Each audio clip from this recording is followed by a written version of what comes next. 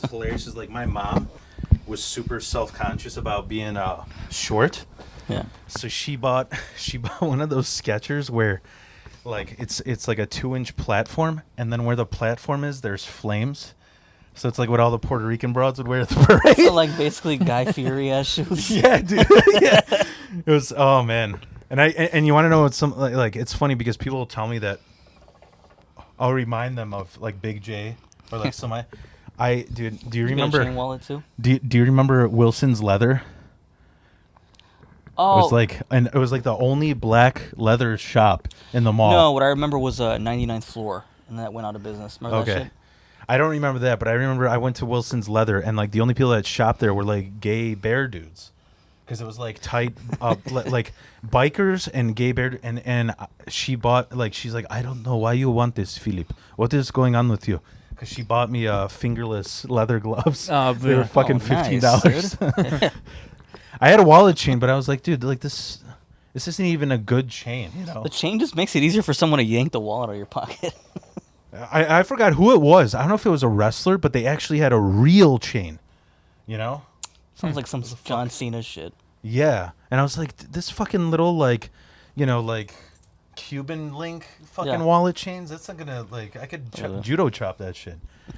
All right, guys, let's get wild. This is Wild Philosophy with Wild Phil, co-host Carlos, and today we got Mike Pickerl. Mike Pickerl, that's me. That's right. So what's going on, guys? What's new? How's it going? For me, I'm pretty good. Not really a whole hell of a lot going on. No. What's been going on with you, Carlos? What's any crazy shit in the past 2 weeks? We went to Wisconsin Dells. I haven't been there since I was probably like 10 years old. Yeah. I just didn't realize how many people there lost the majority of their teeth. You see the ghost of locals mostly. Yeah. You see the ghost of like Tommy Bartlett there? I did. No, I did not.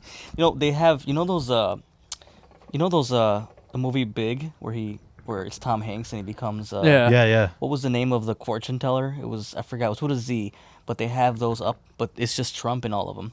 That sounds like Wisconsin Dells. Yeah. Like, I remember going there like every year as a kid, and I was like, why? It used to be fun. I mean, as a kid it was fun, but then also they like just opened up when we were as a kid, you know. So Amanda's my girlfriend. She got a daily pass to the park, plus the hotel. But we wanted to go a day early, and the only hotels that we saw that were available were like $70, $80 hotels. So I'm thinking $70, $80 hotels around here, they're still halfway decent. But they put us in this fucking roach motel, basically. When you go in, there's the carpet is squishy. Like it sinks as you're like walking moist through. and squishy, or It's moist and squishy. Yeah. Oh, okay. Moist and squishy carpet. All right. So It's got 20 years of jizz on there. Yeah. You know how even the most mediocre hotel room has like a mini fridge. This had like the TV. It was like screwed and bolted down to the desk. Was it even with a drill? Was it even a flat screen, or was it like? It's one of those old TVs where it like protrudes back like 90 inches or something. Yeah. It was one of those crank TVs. Yeah, right. Put a quarter in it for every 20 minutes. Yeah, both the bed and the TV are electric. It was a complete shit show. And we stood there. The first day we stood there, there was a tornado. You just stood there. Yeah, we just stood there. Yeah. I didn't want to sit on the bed. But But it it's a was shithole. even more squishy, right? Yeah, dude. The water, when you first turned the water on, it just came out pure yellow. And I'm just looking at this place. Was it like? Yeah. Yeah. There's air buildup in there. And the toilet, whenever you flush, the back tank fills up. They actually went counterclockwise, like in Australia. Yeah. Where the fuck am I? Where's this going? When you lay down to sleep, the wall slides down, and there's the guy from Country from Old Men. Yeah, right. Looking at you. Yeah, it was a shit show, man, the first day. Well, the next day was pretty cool, but... Dude, I remember changed. I remember the two like funniest memories I have going to Wisconsin Dells was one, we used to go to the same one. It was called Aloha Inn. It was just like the cheap fucking like Hawaiian themed motel. Was it one where you pull the car right up to the door? I don't remember, but I remember it was the first like my mom would just leave us in the pool and then just do whatever the fuck she wanted, and unattended. Yeah. Fuck off. and there was nobody there but me and my brother. We could have easily dropped, but we went to the sauna. I'm like, oh my God, this is so relaxing. And then like when I couldn't take it, I was like, dude, I don't want to fucking go to the bathroom, like step on other people's, you're in your shorts and shit. So I just pissed all over the fucking coals. Oh, God. And it just evaporated. Oh, my God. So then the next guy that came in, he was just like this typical like Dago looking guy with gold chain. It's and like a sauna in here. He just walked in there and just like, ugh! Like evaporated piss in his face. And then the other thing I remember was when they did have those 90-inch TVs, dude. Yeah.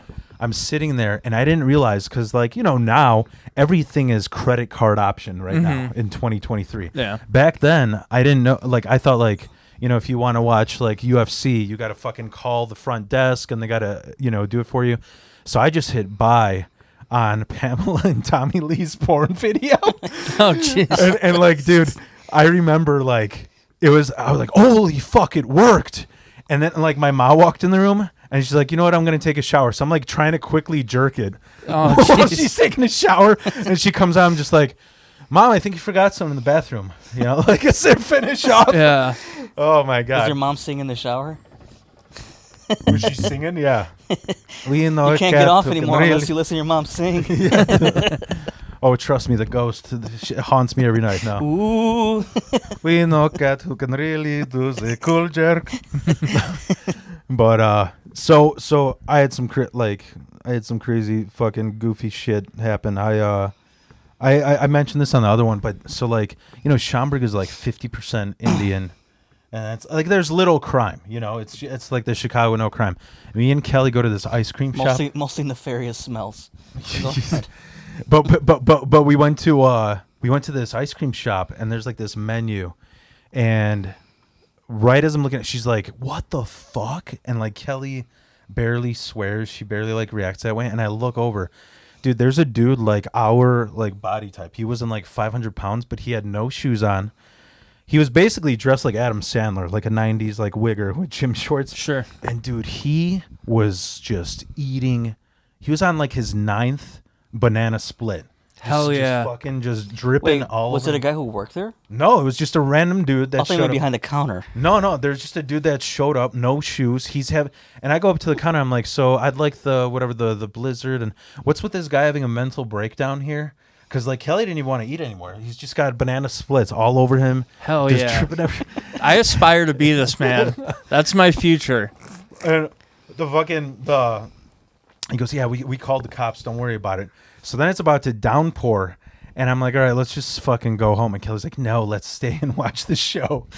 So the cops showed up. And the thing that was like making me laugh my ass off, when people get drunk and when they stumble, they kind of like half roll their ankle, but then get their balance. This guy, like every time he lost his balance, he would like do a kung fu move and then get his balance. It was fucking great. And the cop was just like, listen, I don't know what you're going through, but if you don't get somebody to pick you up, I'm gonna arrest you. So this lady pulls up in the Lexus, and like she comes out of the car, and you could just see her go like, what the she had to like lay down sheets because he was just covered in banana split in this fucking Lexus. Jesus Christ. So that was fun to watch. It was a fun show to watch the the downfall of American. Yeah, the downfall of Western society. But other than that, Take a big long drag. Yeah, It's big good long for drag. it's good for the listeners. Fuck. I don't even have the right notes here. The right notes. Phil's grabbing a copy of the Communist Manifesto in case everyone's wondering what he's grabbing. Where's my? Oh, okay. We must No, seize the means of production. No, so dude, so this shit, I have to share this because like maybe this is gonna make me laugh my ass off more than anybody. But I'm like a cheesy astrology bitch. Yes, you are. I did not know that about you. Yeah. Yeah.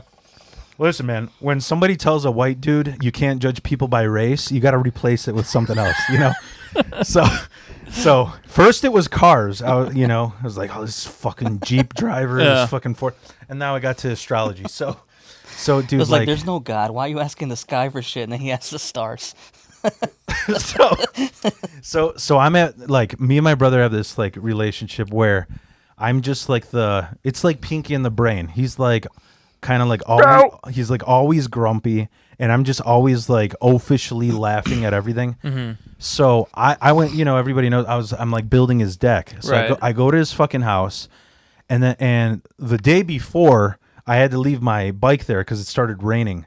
So my motorcycle. So I'm like, fuck, dude, you won't believe this. And he already got stoned out of his mind, and we watched the first Super Mario Brothers.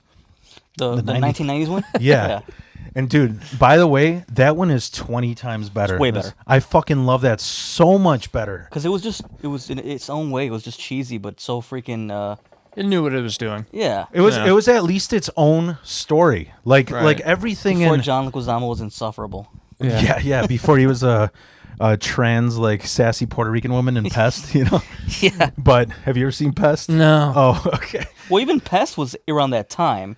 What was it? He just kind of like how like Ernest like switches characters in his movies, where he goes from like Viking to like old lady. No, I don't get these references. I'm so sorry. Like the Nutty Professor. Oh, okay, gotcha. He plays multiple people. Yeah. Yeah. Anyways, so we watch this thing, and I'm just like, oh, dude, I know you're gonna fucking hate me. He's like, what? Like, I forgot my keys. So he's just like, he just doesn't say anything because we're going to therapy, and he's like, his job is to control his moodiness. So he's just like, just don't talk to me, okay?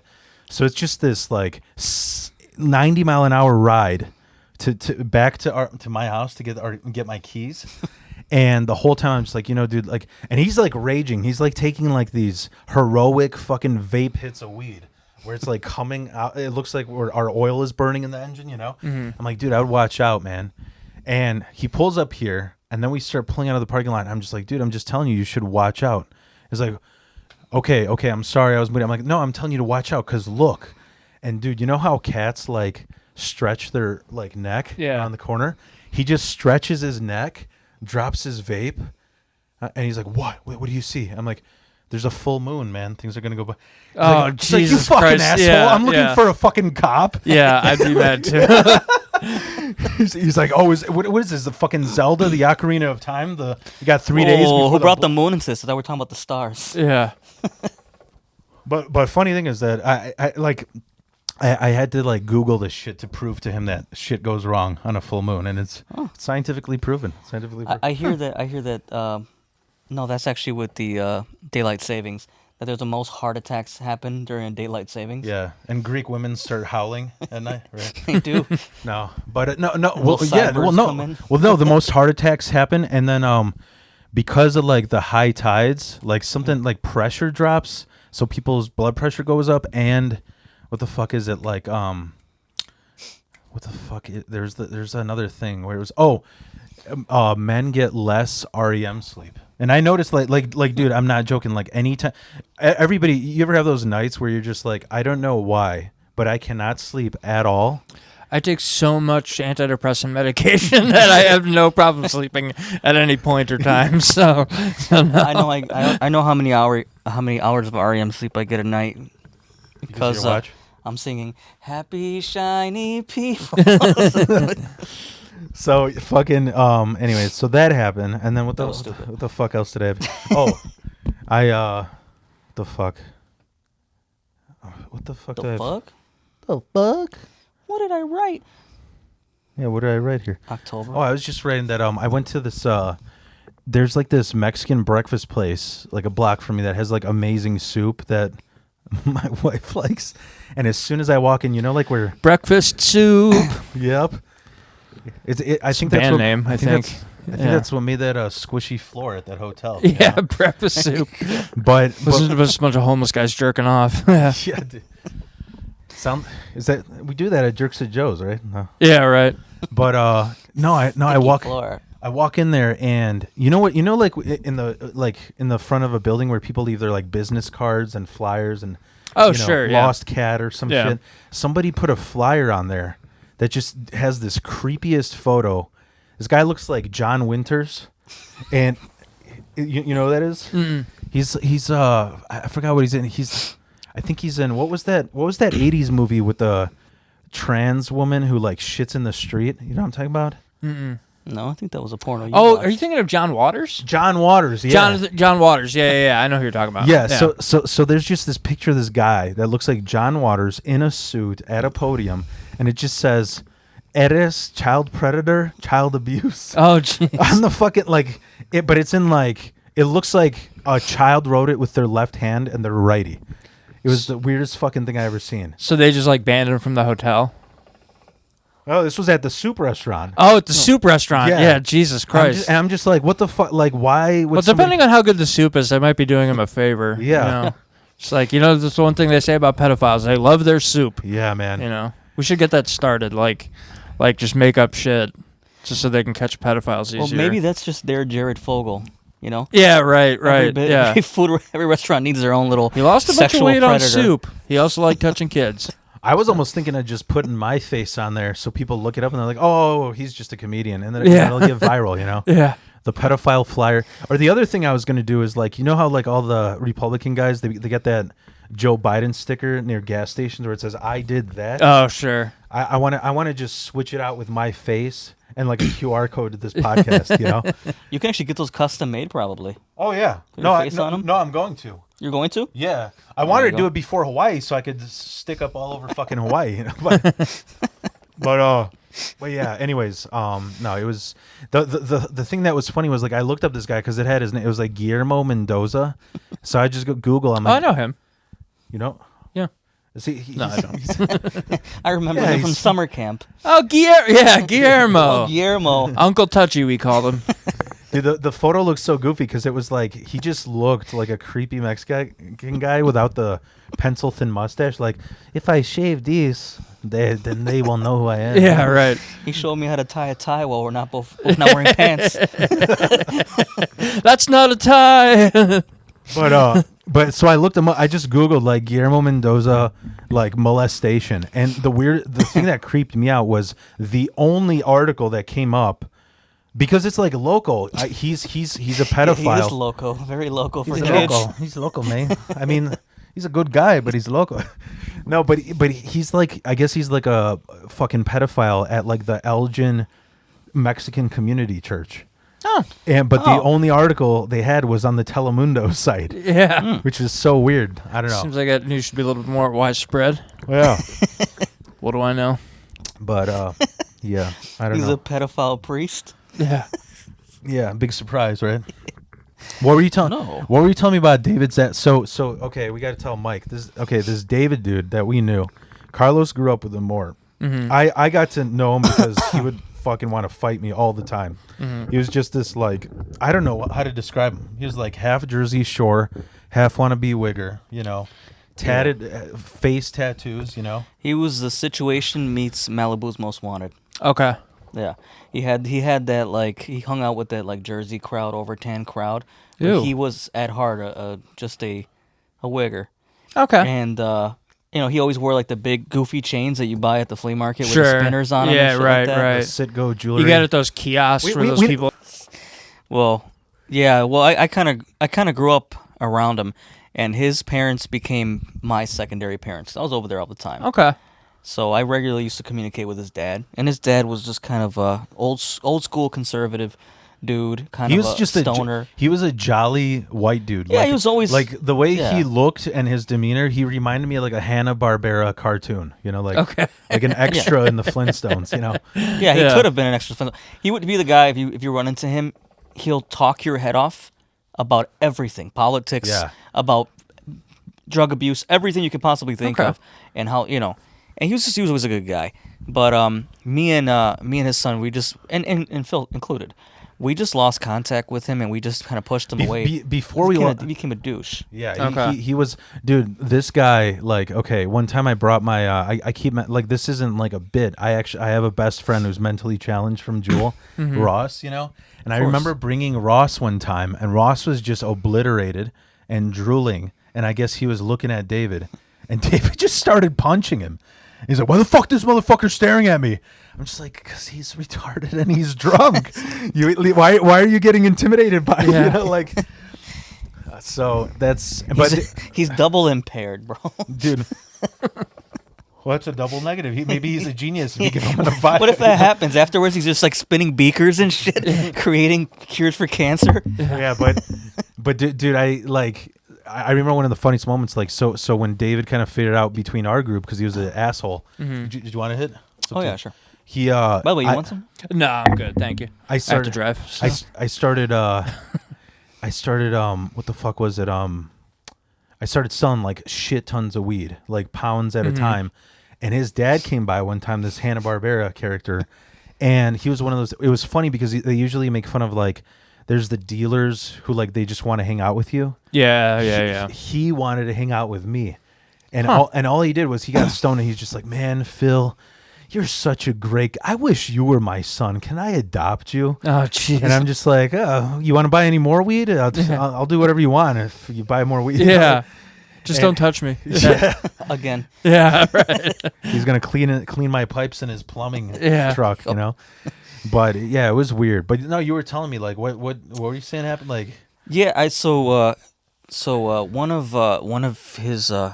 one of David's ex-girlfriends had gotten in contact with me, saying, and I really didn't see him much over the years. His mom died not too long ago, so I got in contact with him. Okay.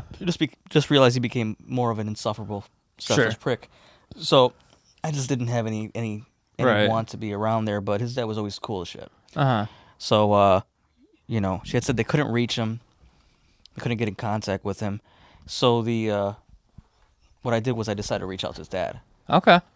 And tell him what's going on, and his dad just had this like this. I'm so overwhelmed. I'm so over this shit already with him. Oh yeah. Type of he's the falling down of voice. North Lake. Yeah, basically like, he's just had enough. Yeah. He's like, oh yeah, he's in jail. Yeah, like what was for? Who knows? Oh, is he all right? jeez. He's gonna come out of there. We'll see. Like just very like he's just had it, you know. So I was just talking to him about it, and it's just if you would have known these people over the years, you understand that they did a switch. His dad was always like this chill out, calm dude who's now a stoner who's has had enough and he's lost his shit.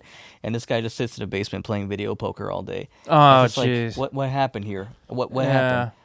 But yeah, it was funny to tell him because he had reached his end. So we're comparing it to falling down, like when he loses his shit at the fucking burger joint. Yeah. Oh yeah. Yeah. He's just gonna be standing on the corner of where Jerks is on Villa Right, Park North yeah. with a fucking assault rifle. Yeah. Who knows where my son is? But I'm ready to get my rage out. you know? Yeah.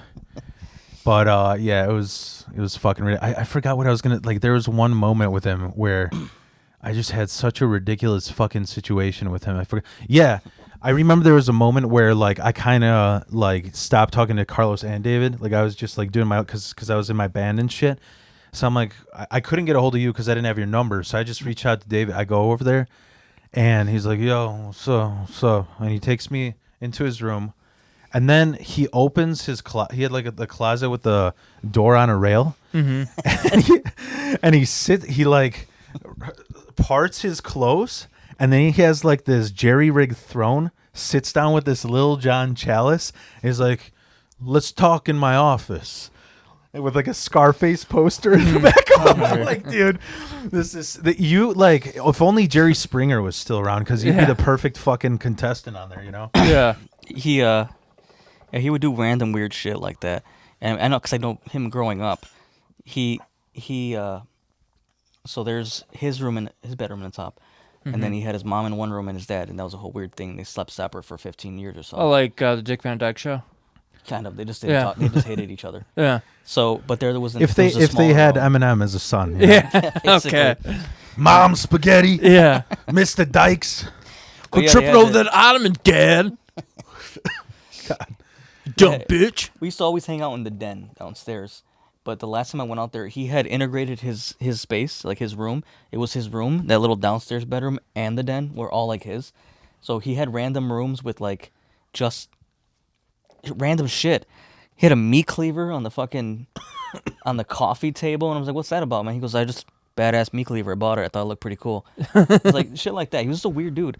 And the last time I saw him, I was really trying to talk. Texas Chainsaw Massacre. Yo, Yeah. This is the North Lake fucking cleaver, fiesta, right? Yeah. Yeah.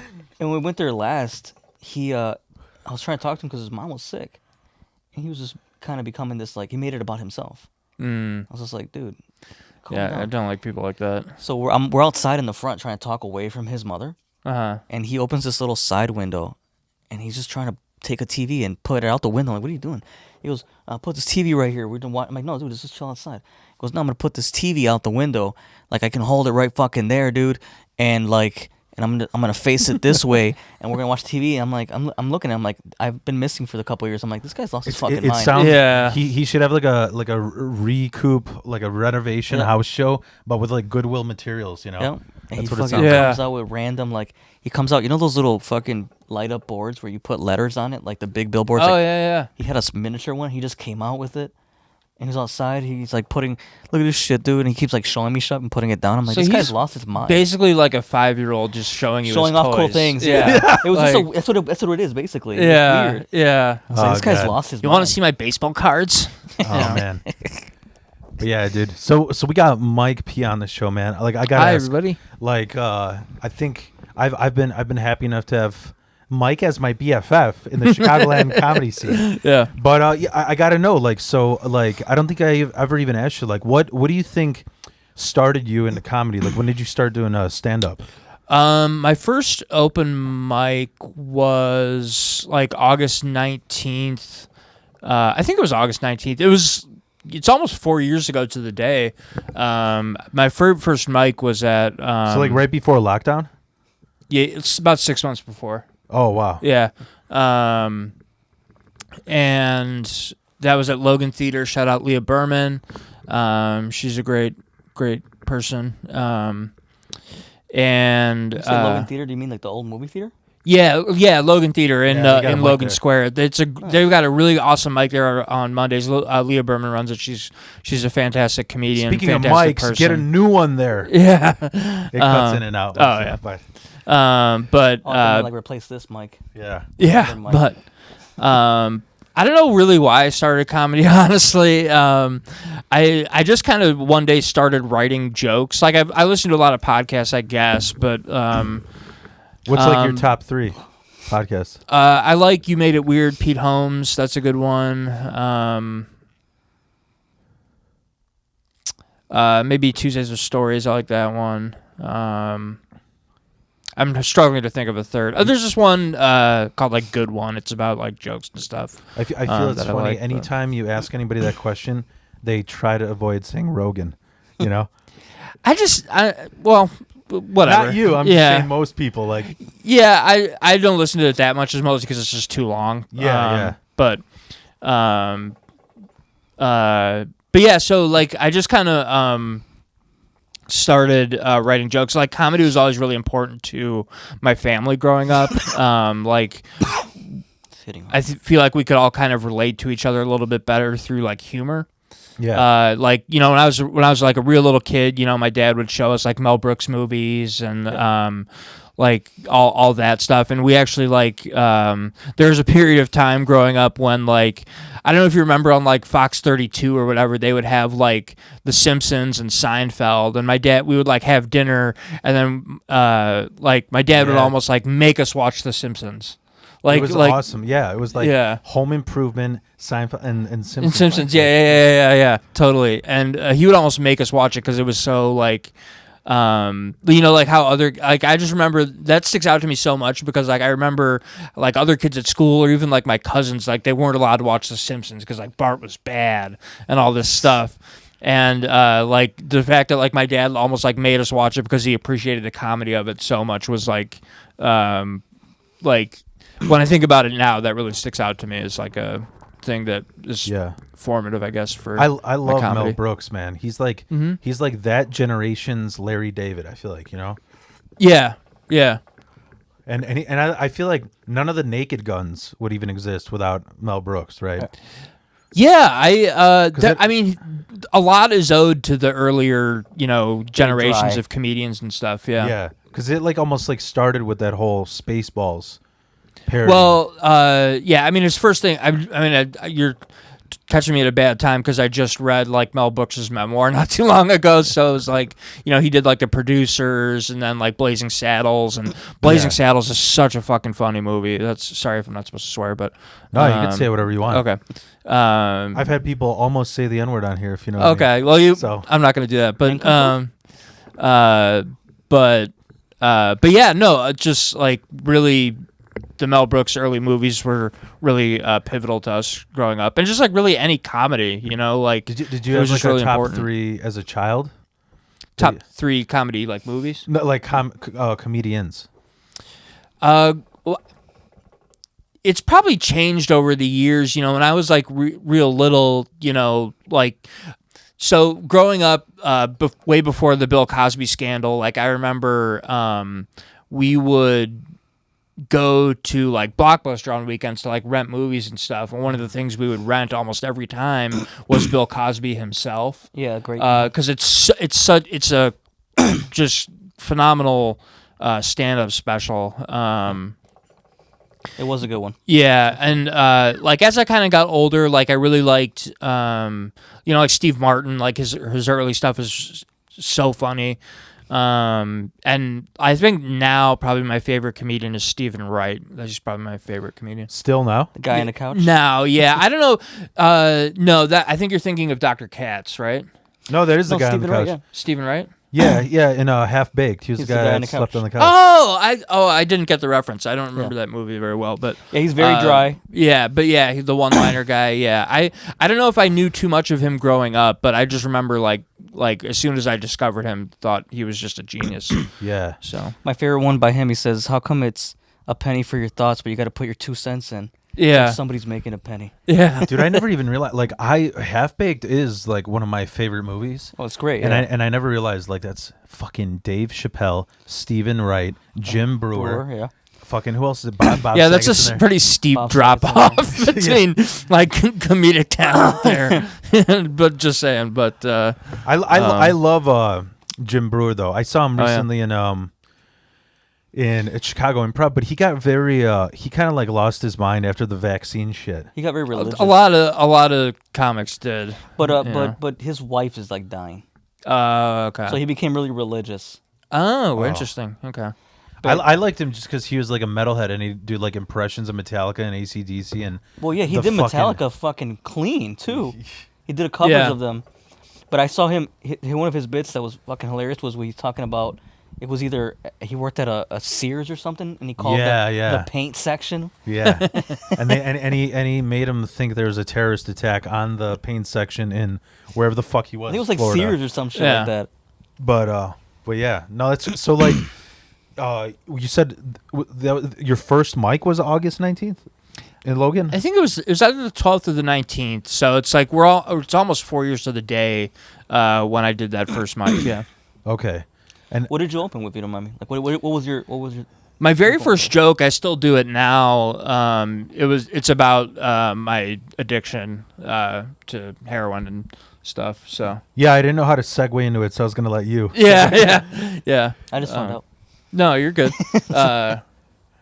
But yeah, no, that was the very first joke I wrote was about heroin addiction, and now I don't talk about myself that much in my stand up, I don't think, or at least I try not to, but some people have advised me that I should, but yeah, the very first joke to answer your question was about my addiction. Do you remember what it was? Do you not want to say it? I mean, I can say it. I don't know if it's makes for good podcasting, but yeah, the very first joke was I'm a recovering heroin addict, or no, I'm a recovering addict. Yeah, there was a time in my life when I was a homeless heroin addict, and now I'm doing comedy in my 30s because I'm still trying to hit bottom. Oh, okay. So that's still good though. Yeah. Yeah, because I heard you do it like yesterday. Yeah, I did. I did it yesterday. So it's still it's a good. I mean, I stand by it as like being a good joke. Yeah, I'm saying for a joke to live like 4 years. That's that's a good. Yeah, and then after that, there was a steep drop off where I wrote a lot of crap, most of it which I don't still do. But was it addiction stuff or just why do you call it crap? It just didn't get laughs and. I mean. Well, oh, I thought I brought my old notebook. No, I kind of like. I'm not super organized about my writing. I should be. Well, I am, and I'm not. Like I do write things out very specifically, but I also don't organize the subject matter. Yeah. Like, you know what I mean? Like we were talking about it the other night, but Yeah. but like I don't have like a whole note. Well, I'm starting to now, but like I just wrote out, all of my addiction materials in this one notebook, and then the rest of my non-addiction material is like in another one. So Yeah. So I wanted to ask, like, when did you want to talk about the addiction stuff? Or Sure, no? yeah. Like, when did you start? Like, what was like the first time you did like anything? Like weed or something, like starting with weed. Yeah, the first time, I think I was like 16 the first time I smoked weed. And I knew then that like no matter what drug was put in front of me, I just wasn't gonna stop. I like wasn't gonna. Oh, say you knew back then? Yeah. Did you? Yeah. Did you 'Cause I knew I always wanted to be in an altered state of consciousness. That's what I always wanted to be in. I know that sounds really pretentious, but I always wanted to be like not feeling what I was normally feeling, which I guess was like depression and anxiety and all that stuff. Yeah. So. Like just like some form of like escapism. Yeah. Yeah. Oh yeah. Yeah. Totally. It's like, but what I found interesting was like the first time I hung out with You Mike. should try up an escape room. Yeah, man. that'll be the Zoomer way. They just go to escape room with a bunch of vapes. Yeah. It's too hard to get out of here. This is so much better than having to deal with bad comments on TikTok. Yeah. But yeah, no, it's funny. Like one of the first time I hang out with you, we went to go do that mic in Wisconsin. Oh, yeah. And I was just like, well, you listened to Guided by Voices, which I knew because the bass player played in Trail of Dead, which I listened to Trail of Dead for as long as I knew Carlos. We both fucking listened to Trail of, and I was just like, you know what I found interesting. I was always afraid of hard drugs just because of like seeing all the addicts in my life, like my dad and friends in the punk scene. But what I always like envied was like I was like Velvet Underground, for example, right? Sure. I'm like, okay, Velvet Underground sounds great, but imagine being in a gritty 1970s New York in one of those Andy Warhol fucking, art exhibits. Sure. Velvet Underground is playing and shooting up during that. I'm just like, Pickle surprise. even like this sounds absolutely ridiculous, but when you listen to like Super Freak by Rick James, I'm like, that sounds weird. Those Yeah. But imagine hearing that on crack. Yeah. You sound like the guy. You sound like in Half Baked. You ever seen the back of a $20 bill? Yeah. On weed. Yeah. Yeah, dude. But so what made you I guess like progress from there? Like Just a lot like I had like my high school friends and stuff like that who were perfectly content, just like smoking weed and stuff like that. And you grew up in Wheaton, correct? Mm-hmm. And they were like, fine with smoking weed and drinking, normal high school like party stuff. But some of my friends, like older brothers, I would hang out with them sometimes who were like college age, or like, you'd meet random people at parties and stuff like that, and you just get introduced to harder stuff eventually. I just want to preface this by saying it's nobody's fault but my own, but like, because I was the one who never said no. Like if there was like, mushrooms around or coke or whatever, I was just like, would just like keep going. The very first time I did heroin, I was with some friends, and we were going downtown to see like another friend in a play or something like that. It was real weird. I forget where we were in the city, but we had pulled off to like a 7-Eleven to get like one of those 30 racks of Ice House. Yeah. I don't know why, but and then some guy at the 7-Eleven propositioned us like, hey, do you want to try heroin? Like it was like selling it. And me and a few of my other friends were the only ones with any money, and we only scrounged a couple bucks together. Was his name Apu? No, he was a white guy. A white guy named Apu. Yeah. And we scrounged a few bucks together, and all of us were able to split just one bag. And I remember the very first time I did that, it was the ultimate sense of like peace and relief. And I've never like. You chased that your whole life. You know? Absolutely. Like that's the only drug I've found, and it's where that saying is true, where like, you know, you just keep chasing that first time over and over and over again, and it's never again like that first time. Yeah. But you keep trying to get there. One day, man, Elon Musk, dude, develop a heroin that. Yeah.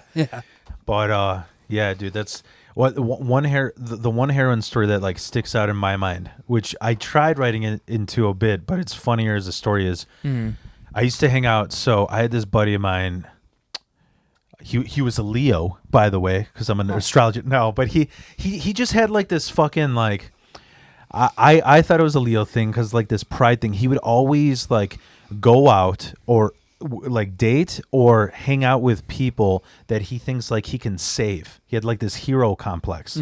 So he was going out with this chick named Amber, who was a huge fucking heroin addict, and I used to always bother him. I'd be like, do Amber is the color of your heroin. But so he went out, and I didn't know she was doing heroin at the time. But what was funny is like I just came back from college, so he would go to work, and she'd want to hang out with me just to get a ride to sell shit at a pawn shop, and I just never caught on. And then she ended up dying. And what happened? Here's the crazy thing. So there was a kid in our group named Zach. His whole family are fucking they're retards. They're like the most white suburban idiots, and they're the kind of people. You know what this guy did one time? He showed up one time. He's like, "Hey guys, I got some crack rock." I'm like, okay, why? What made you think of that? He's like, well, because like I'm trying to find my musical voice, and like black people are the best at music, and black people smoke crack. I'm like, that's the most suburban white, like, non-intentionally racist shit you can say, It's like just use like the most shameful stereotype to be like, like, well, I decided I got to be a harder worker, and Polacks are hard work, so I'm just trying to be dumb. So anyways, so this kid, so I talked to Zach, and I'm like, listen, Derek's girlfriend just died, so we gotta fucking help him cope. Let's go to a fucking hardcore punk show at Reggie's and just like let's take him out on the town because he's dealing with shit. We're on the 90 highway, and I'm like, whatever you do, don't fucking mention his girlfriend. Let him bring it up, So he's like, we hit traffic, and he's like, yeah, dude, I'm really thankful you guys took us to this show. I'm going through some stuff. And I'm like, yeah, man, no problem. And then I just hear Zach. He's like, yeah, man, I'm sorry what happened. And I look back, I'm like, are you getting emotional, you bitch? He's like, no, man, I'm just getting fucked up. I'm like, what are you doing? He was snorting heroin in his backseat. I'm like, dude, what are you fucking, this guy's girlfriend just died and you're snorting in the back.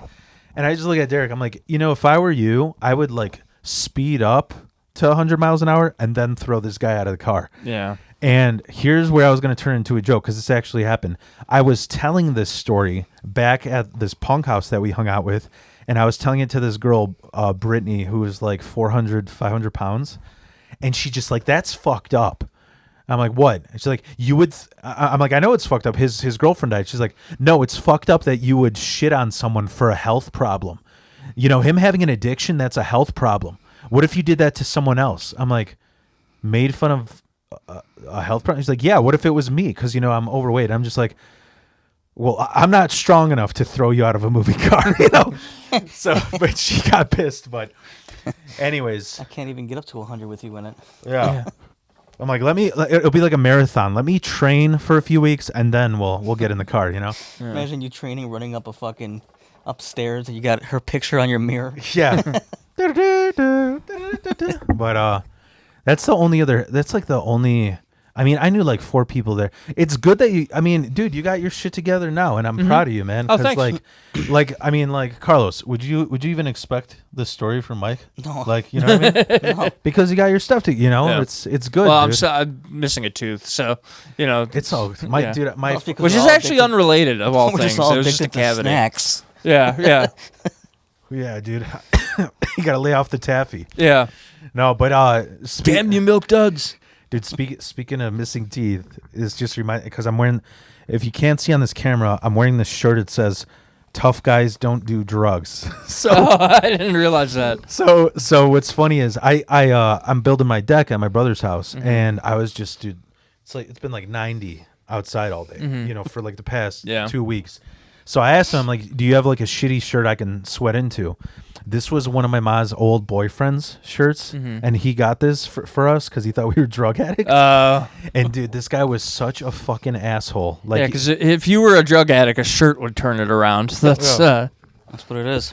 So this fucking guy, he was like, because you're talking about missing a tooth, dude. Yeah. I did this. Okay, maybe I shouldn't even. Someone's gonna roast me on this, but dude, I was so.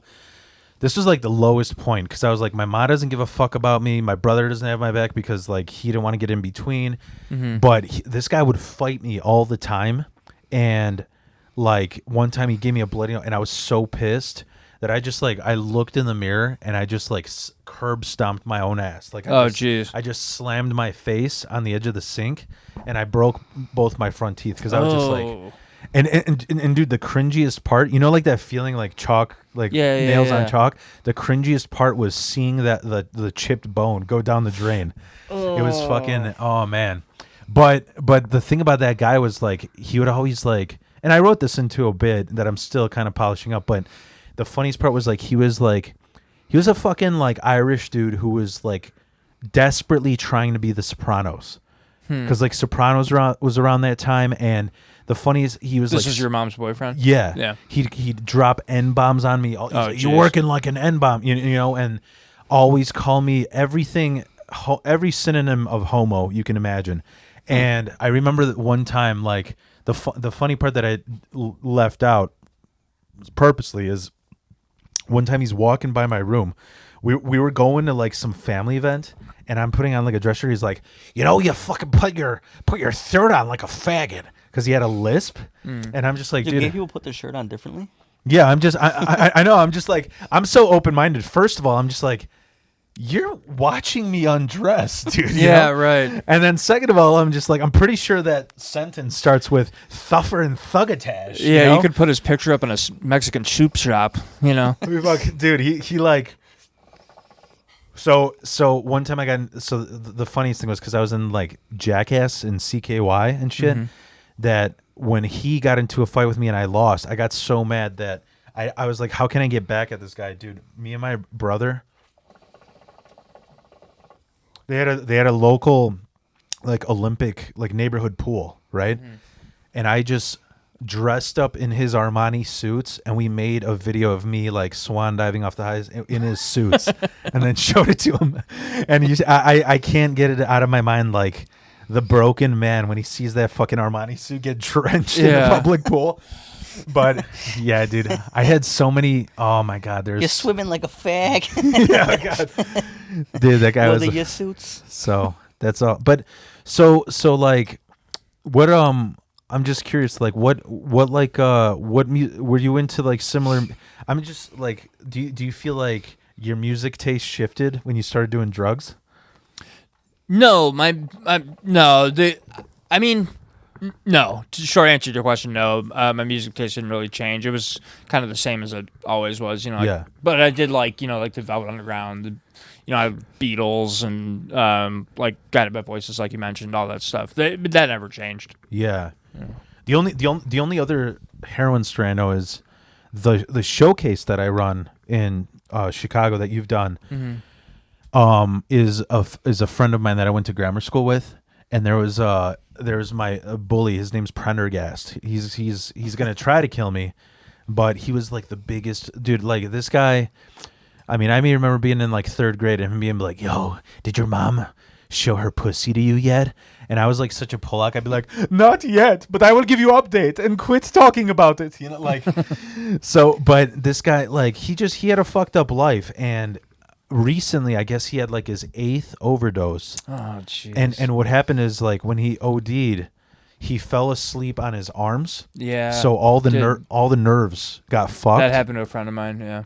And So now he goes to that. That's what's funny is like every time I go do those showcases, I check if he's there because he just picks fights, but then he just like does the how Napoleon and Kip slap. Oh yeah, because he has no feeling in him. I'm like you can't even like grip a beer bottle. Why are you picking fights, dude? You know? Yeah, that happened to a friend of mine.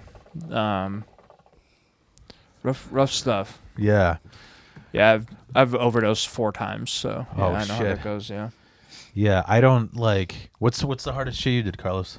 The hardest shit I did. Yeah, have you done shrooms? Sit through this so far. I tried a bit of shrooms, but not enough for me to see shit and stuff. Oh, okay. I never was liked taking anything that made me lose complete control and cognitive Good. abilities. I can't because I fear that idea of not having control over it. Yeah. But I can drink pretty damn heavy, and when I do, I'm home. So I make sure I get to my bed. So yeah. And even then, I've been slowing down that like significantly.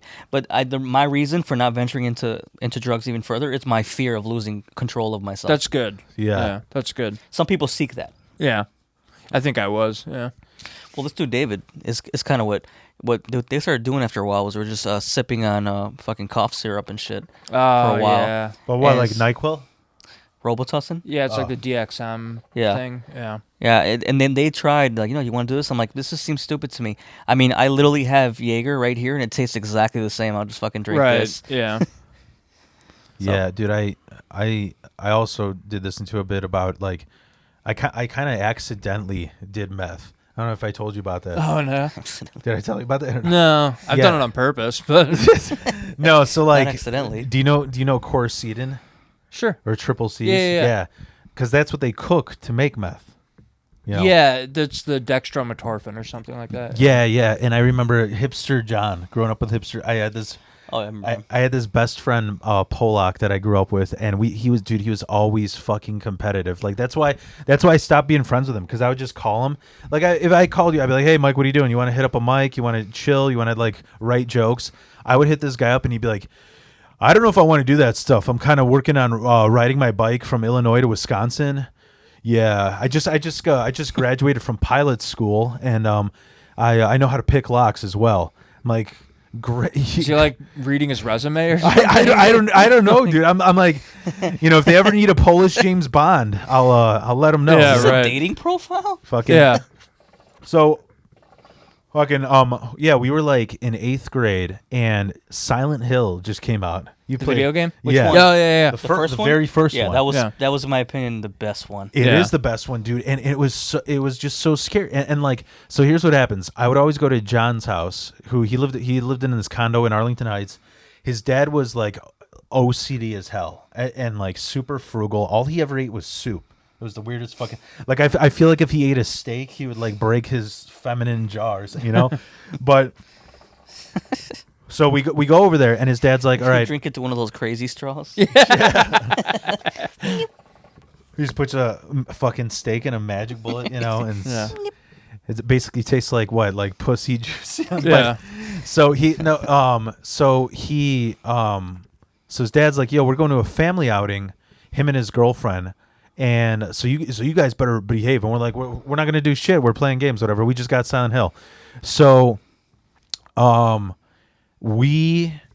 goes, you ever hear of quercetin? I'm like, no. And I was under the impression that it was like cough medicine. There was like it is cough medicine, but I was under the impression that it had the effect of like Robitussin or codeine or NyQuil. Mm-hmm. So he's like, well, if you have a cough, you're supposed to take 2. But my buddy took 8. And I'm like, okay. And he goes, so I'm gonna do 16. And I'm like, and I just wanted to one up him. So I'm like, well, I'm gonna do the whole package, 32. And I did. And right as it started kicking in, like you guys know, if you play Silent Hill, that whole fucking game is silent. Yeah. With just that white noise of the fucking snow. Not very many hills though. No. But Silent Hill, decidedly lacking in hills. My my one critique of the There's game. a deficit in hills Yeah. actually. so we Surplus of silence. Yes. so like right as we started playing, and right when it started kicking in, a blizzard starts coming in, and it fucking ended up snowing like 5 feet. Oh, wow. So we just had the house to ourselves. Like his dad called. He's like, yeah, turns out it's not going to stop snowing till Monday, so you won't even have school. You guys better behave. So, dude, we just we like played all the way through like 72 hours on meth. Yeah. Silent Hill. And like the punch is like when people ask me, they're just like, you know, you ever play Silent Hill? Don't you want to do it for nostalgia? I'm like, no, dude, those skinned German shepherds that you beat with a pipe, they'll never be as real as they were on Course Eden, you know? Yeah, I don't miss uppers. Like that's those bad memories. Yeah. You're more of a bottom. Yeah. No, that game was actually phenomenal when it first came out because my first introduction to playing horror games was actually the Resident Evil game, first game. Okay. But Silent Hill is a much more eerie game. Yeah, opposed totally. To, like, Resident Evil is more like a jump scare. Yeah. But when I got into that game, and mind you, I started playing the game. Shit, I must have been like 9, 10, something like that. Okay. And that game just like took you to a different level because you're reading eerie stories and. Yeah. It was good badass writing. Game. Yeah. It was like because of those Japanese like horror genre, you know. Yeah. But yeah, that shit was I tried going back to play it because I found it. I have the actual disc for PS1. Oh, okay. I can still play it on the PS2. You were like, all right, but this it's time so fucking pixelated that I just can't play it again. Yeah, like there's a couple like kind of horror games that I've been doing on PS5. Well, it's kind of more like alien horror, I guess. What was that game? They just remade it. Dead Space? Dead Space, yeah. That was a really good one. It was a good one, yeah. Yeah, I really enjoyed that. Then there's like this it's more like story and you like make decisions that affect the outcome of the game as opposed to like you're actually like fighting people and stuff like that. Readers beware, you choose to scare. Yeah, something like that. Yeah. I can't remember what it's called, but those were really fun too. Have you ever played Alien Isolation? No. Oh, dude, that fucking I haven't played that one either. Yeah, so it's part of the Aliens, franchise with Ripley and everything. And dude, I remember the first time I played it was at that condo that I had with Greg. Oh yeah, the one over what town was that in? Norwich. It was technically Chicago, but it was on the border of Chicago and Norwich. It was like it was like right by where the 90 gets off on Cumberland. Yeah, I used to when I was living in the city. I was near there. Alien Isolation. Do you remember like Xbox Connect? No. It was Xbox. It was bullshit. Oh, was this like it was like motion sensitive and stuff? Yeah. They tried doing like a Wii thing. Gotcha. You know? And in that game was so good that they remade it for every Xbox One, Xbox, the new one, XS. And in that game, it's the whole thing is survival horror. Yeah. And the thing was, I didn't know. And like I got to tell you about my roommate. My roommate. Really fucking weird. I don't even care because he just cut off everybody. He had a really bad alcohol problem. His name was Greg.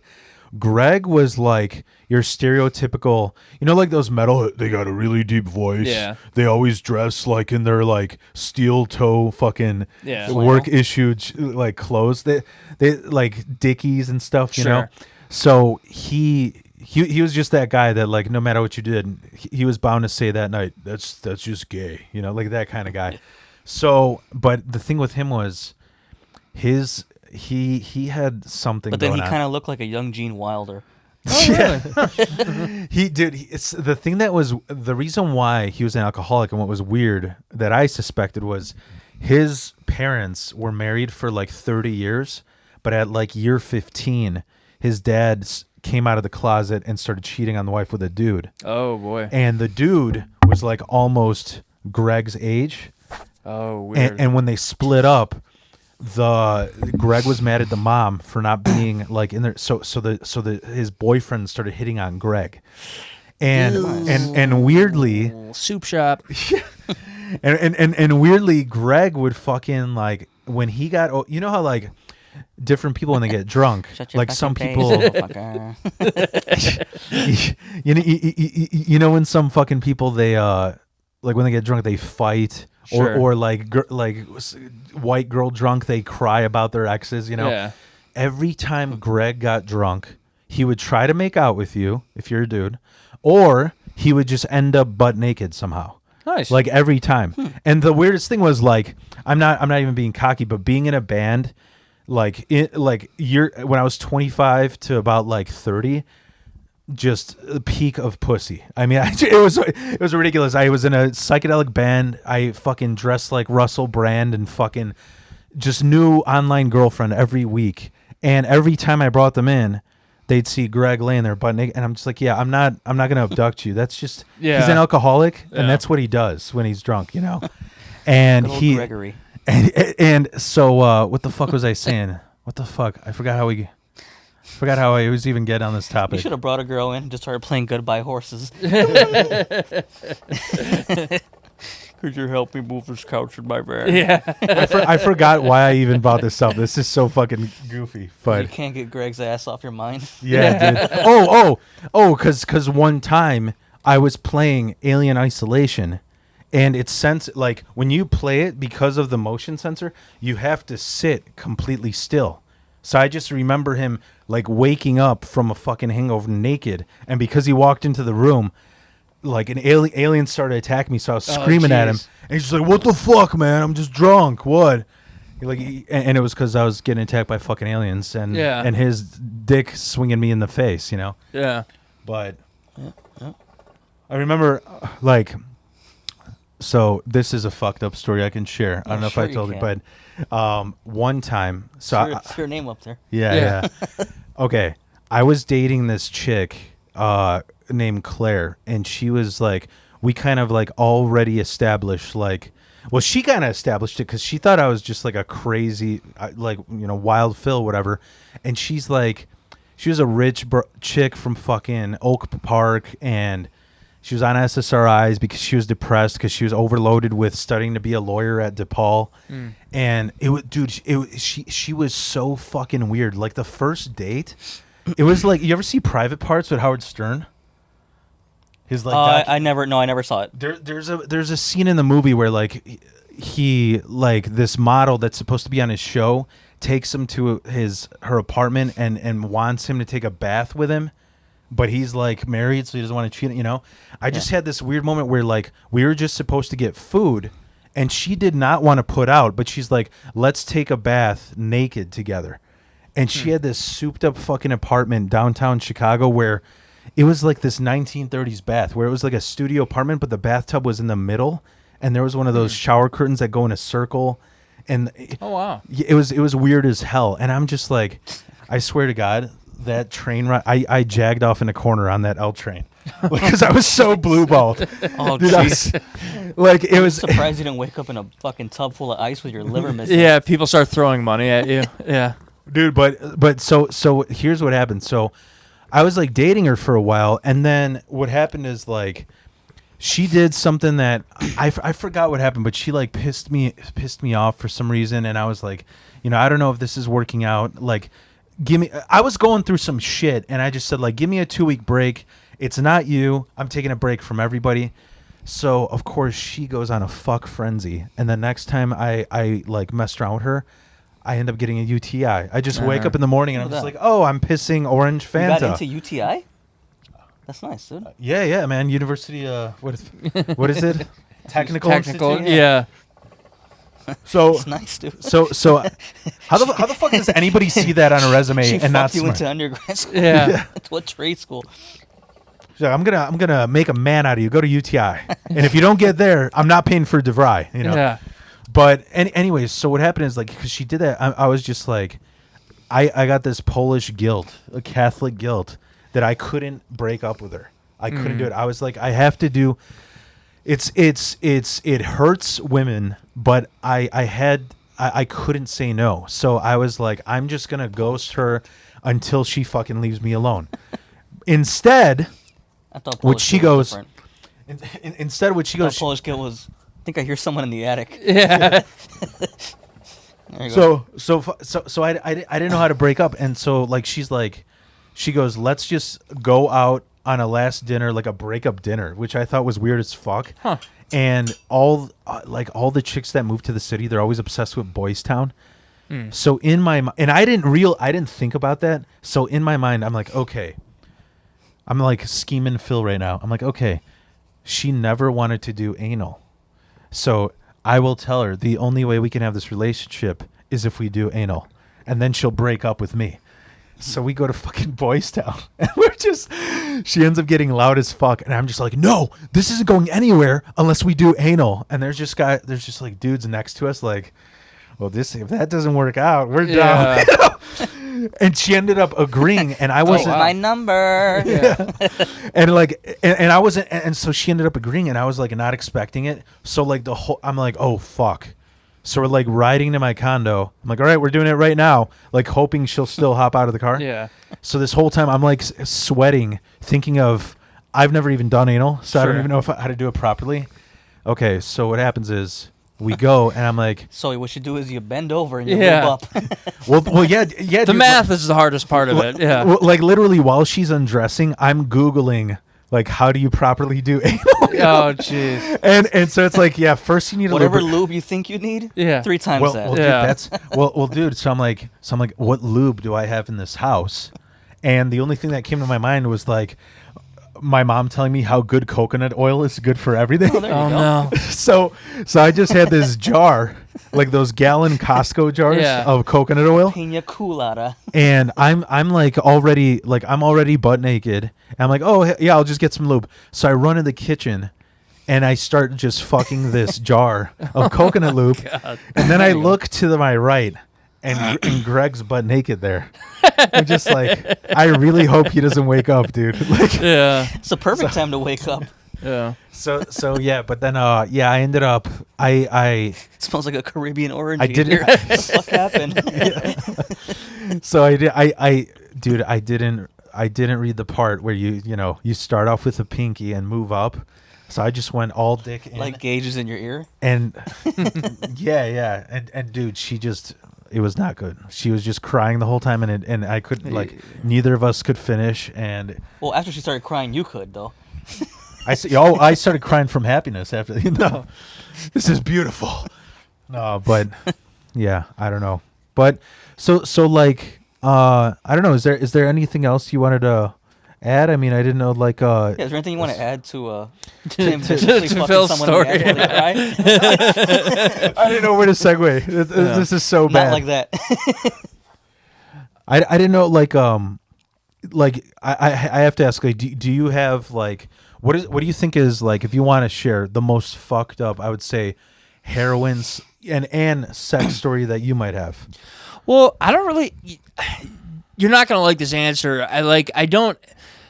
Well, between the heroin and then also there was a time when I was going through a deep depression, really horribly addicted, when I got electric shock treatment. That's crazy, man. Electric shock treatment? Yeah. I mean, it's called. Don't you know the Ramones song, "Gimme Shock Treatment"? It's called something different now. I can't remember what it's called off the top of my head. EMS, electromagnetic. That's therapy? something different. This is the actual where they like put you under and induce a seizure. Yeah, like in Cuckoo's Nest. Yeah. Right? Yeah. There's a modern version of it now, and it works for some people, and that's great. Are you sure you weren't just being tased by the cops? Yeah, right. Yeah. Stop me. Yeah. But no, I between that and the heroin, I don't really have like a lot of very distinct memories. It's more like I remember times when I was like waking up and there was like blood on my face, and like my friends were all like, really pissed off at me. I mean, I remember one time, like, what was it from? I have no idea. You ate some chick out on her period? Yeah. That must have been it. There wasn't a lot of action back in those days, but vampire. Like, dude, we're cool with the heroin, but who eats her out on the? Yeah, right. And she's 70. No. I guess the craziest thing that ever happened, and it was more like a mind fuck, was that like there was this one night where me and a friend of mine, we were at his apartment on the south side. Well, it wasn't like super far south, but anyway, it was in Bridgeport. He had an apartment in Bridgeport, and we had done over the course of the night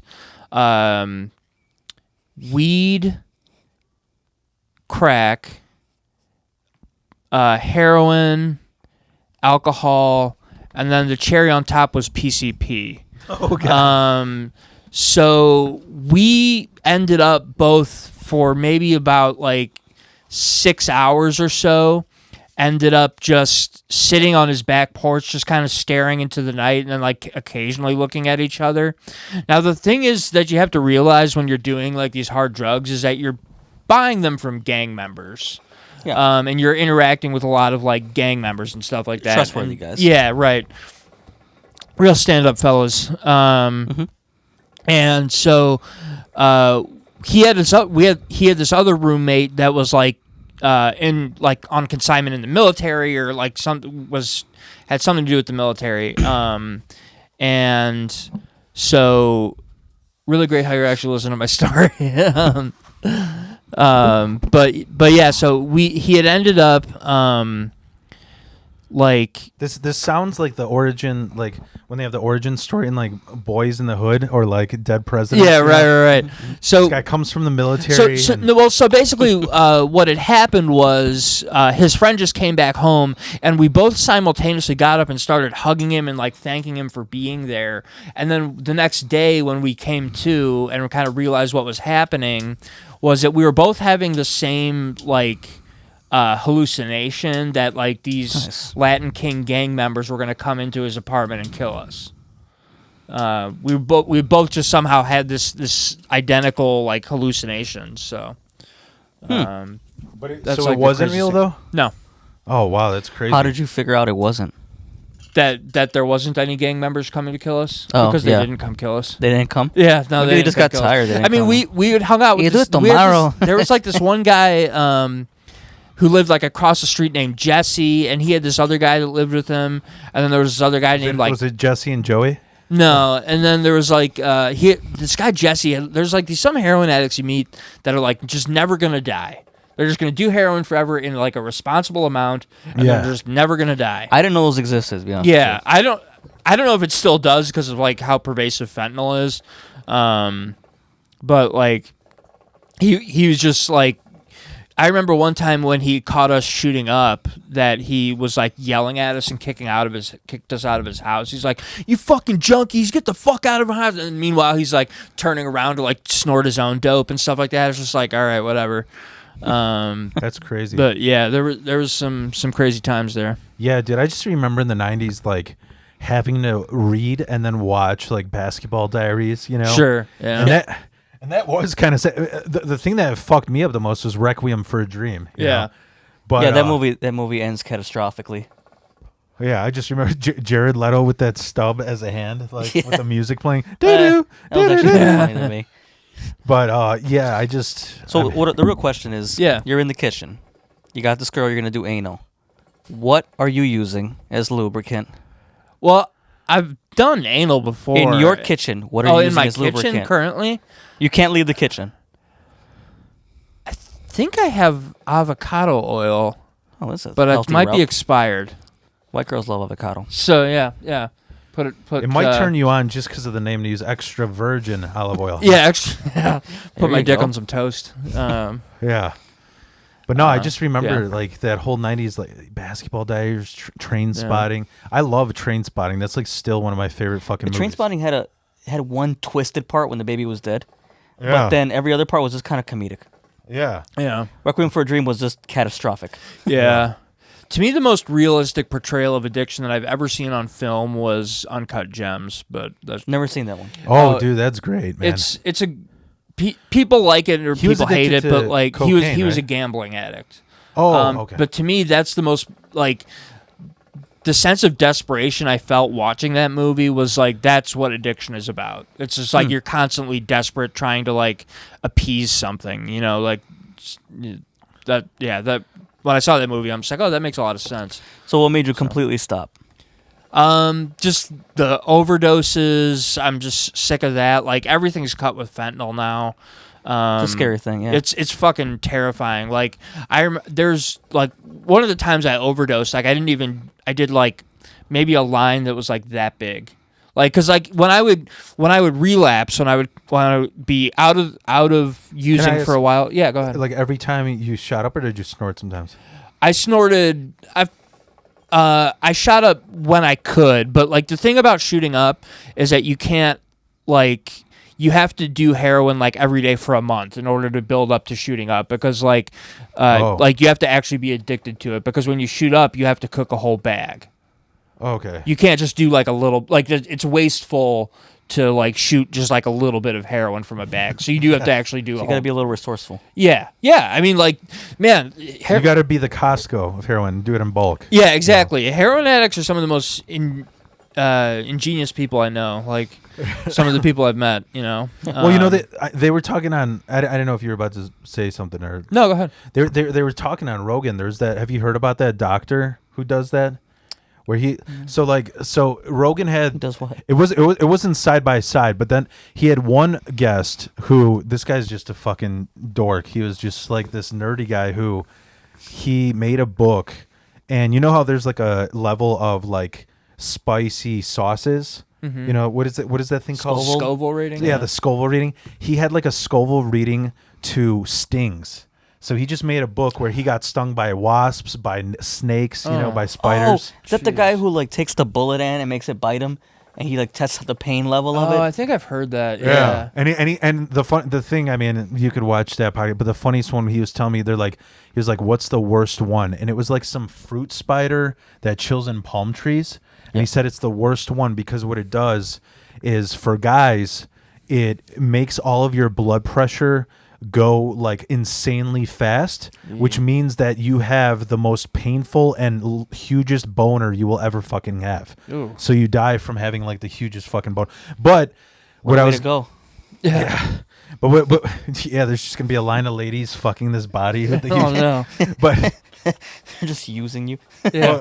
But there was another guy who's like he's this black college professor, and he basically was like, he made a meter of like what is the hardest withdrawal, and he was talking about how fucked up in America the opiate epidemic is, because he literally said, he's like, heroin, I mean, this is what he said, I don't know if it's different for each person, he said you could get off heroin in like 3 days. He said it's literally harder to get off sugar than heroin. Like if you just don't do it for like 3 days, if you can get past those 3 days, it's like the crave drops off drastically. Like that's probably true about like, well, it takes longer than 3 days to get off heroin. Like speaking from experience, I don't think that's true. But like over the physical withdrawal, maybe, but that's for probably a pretty light user. Okay. Yeah. Well, so what really exists afterwards is your mental need for it. Yeah, you can get things called like post-acute withdrawal symptoms, where it's like you're like you actually feel pain and shit. Where don't you feel pain, like you feel muscular pain. Everything. Years after the fact. Alcoholics deal with that. Yeah, exactly. The other thing with him too is that he was kind of doing it. You know, like how Chappelle and Half Baked, where he's getting the medical weed. Yeah. You know, he's a professor, so he's testing it with the cleanest heroin possible. Right. So he was saying that he's been doing it. He actively still does heroin for like 3 years. Oh. But because he gets like medical grade, that it's controlled. Another crazy fun fact. Have you ever heard of the band called Pentagram? Mm-mm. So a lot of do you know what stoner metal is?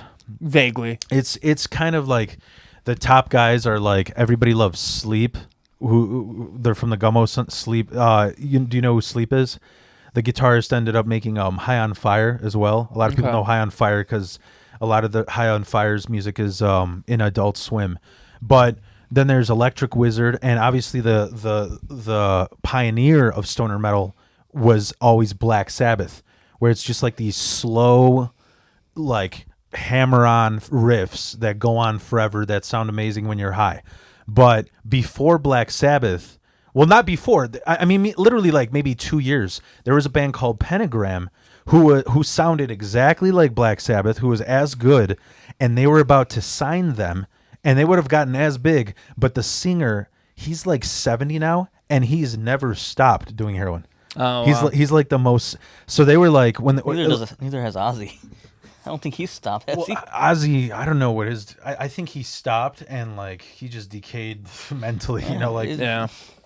But this guy he's the most stable heroin user I've ever heard of. The other thing I was going to say that was a fun fact, I think I might have told you, was Lou Reed in Velvet Underground, he said that when at a young age, later on he found out he had bipolar. That's why he was medicating with heroin. But he said that when he was really young, he realized he was bisexual, and his parents, who were like, one side was super Jewish, the other side was super Christian. They actually gave him fucking fucked up electric convulsive therapy to try and get the gay away. I think that happened with Iggy Pop too, just slightly different circumstances, but yeah, they did that with Iggy Pop too. Yeah. So I think that's what I heard. Electricity removes the gay, huh? Oh, yeah. For some of us. Why do you think I'm so straight with these fucking epilepsy, you know? But yeah, man, speaking of that, like, it just makes me think I hope before he dies, I could see Artie Lang, you know? Like, because I don't know what the fuck happened with him, you know? Yeah. But, yeah, dude, Well, he had the fucked up nose, right? He fucked up his nose. Yeah. Yeah. But also, didn't he have like some really bad fucking divorce situation? I'm not sure. I haven't followed him too closely in a while. But No, I watched they had the Dark Side of Comedy series with Vice, and they talked about him, and dude, it is really sad. It's really sad. He grew up in New York, typical like Brooklyn type Italian, and he was really fucked up because his dad used to hook up cable, you know, like black box and you know, whatever, cable TV, and his dad's like last job of the summer when his school was starting, he needed Artie's help, and Artie was like, oh, it's the first day of school, mom's gonna be mad if I don't go. And the day that Artie went to school, his dad fell off the roof and was paralyzed from like the neck down, and so he always blamed himself for that. Like literally they were talking about like when he moved out to LA, and he disappeared to go on, you know, to go buy his shit from a dealer. They were like looking to see if he's dead in his apartment, and they're like, dude, it was so sad because like right above his bed there was just like all these scratch marks, and then like there was a cable there in a frame, and it was like the last cable that his dad hooked up. It was fucking crazy. And then you know how he fucked up his nose, right? I think I heard something like that. He was like, yeah. He bought Bad batch. He bought crystal meth and a hooker, and when they went into the hotel room, he's like, hold on before we get fucking, I gotta go take a shit or something. And when he walked away, he was like at this like fancy hotel that like the booker paid for. So they had the salt shakers that are actually made out of crystal, like actual crystal rock. So the hooker just like before like he came out of bed, she tried to do it before him, and it chipped off. So he actually snorted pure glass and got like the worst infection in his head. Jeez. So that's but yeah. Anyways, I'll do it. I don't know if I'm going overtime for you. If you want to, No, actually, yeah, I should probably start to wrap up. Yeah. Start wrapping up. Do you think like what do you think as far as like comedy, like what? I know everybody goes through that. Like, how long did it take for you to get? I mean, the stage fright. Did you have it for a while? Do you still get it? For a while, I mean, like you're talking about just like regular stage fright. Yeah. Like at Mike's, I don't get that way anymore. And for the most part, depending on the size of the audience, I actually get more nervous when like people I know are coming to see me perform. Okay. Strangers don't really affect me. Okay. It's because it like in my mind it's just like You won't see them the next day like, you Exactly. asshole. Exactly. You know, like I can do good, I can do bad. It's just all.